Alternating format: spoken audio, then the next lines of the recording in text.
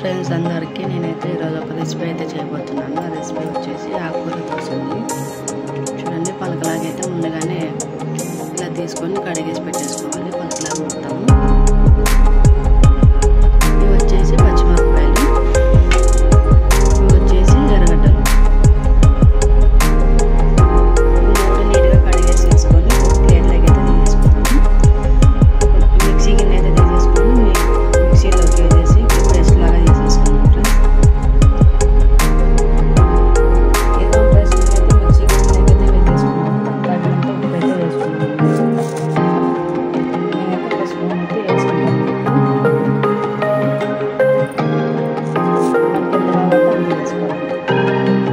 మొత్తం పేస్ట్ అయితే చేసేసుకున్నాము.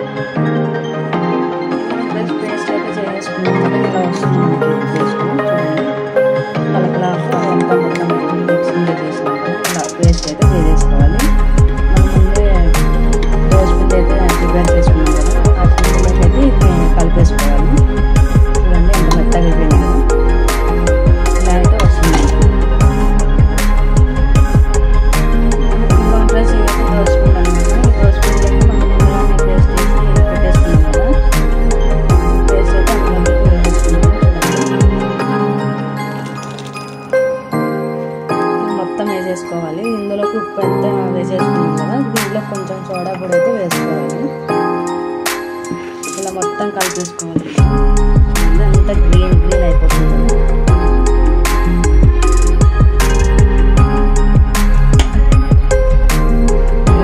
అంతా మొత్తం అయితే కలిపేసుకున్నాం కదా, మొత్తం గ్రీన్ గ్రీన్ అయిపోయింది కదా పిండి అంతా. చూడండి, ఇలా వస్తుంది మనకి పిండి.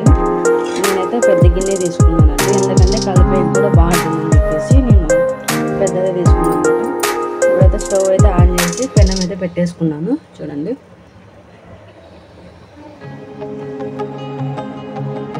ఇలా డిఫరెంట్ డిఫరెంట్ దోశలు అయితే చేసేసుకోవచ్చు. మనకి తినాలని బాగా. నేనైతే 2 కట్టెలు అయితే తీసుకున్నాను పలకలాగా. మనకి ఇలా మొత్తం కలిపేసుకోవాలి. చూడండి, నేనైతే అంతా కలిపే చేసుకున్నాను. పిండి అయితే ఇలా వస్తుంది మనకి.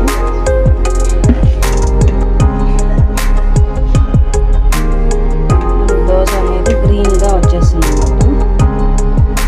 ఫుల్ గ్రీన్ అయిపోయింది కదా. చూడండి, మనం ఆకుకూర వేసే బట్టి ఉంటుంది కలర్ అనేది.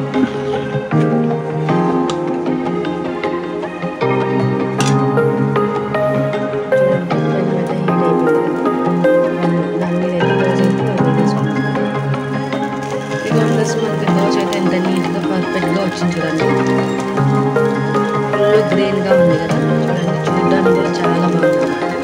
దానికి కూడా టేస్ట్ అయితే బాగుంటుంది ఫ్రెండ్స్. మీరు కూడా ట్రై చేయండి. చూడండి, ఎంత బాగా వచ్చిందో.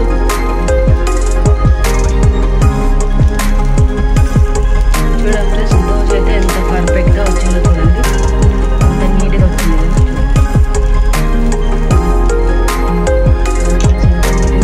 వచ్చింది దోశ.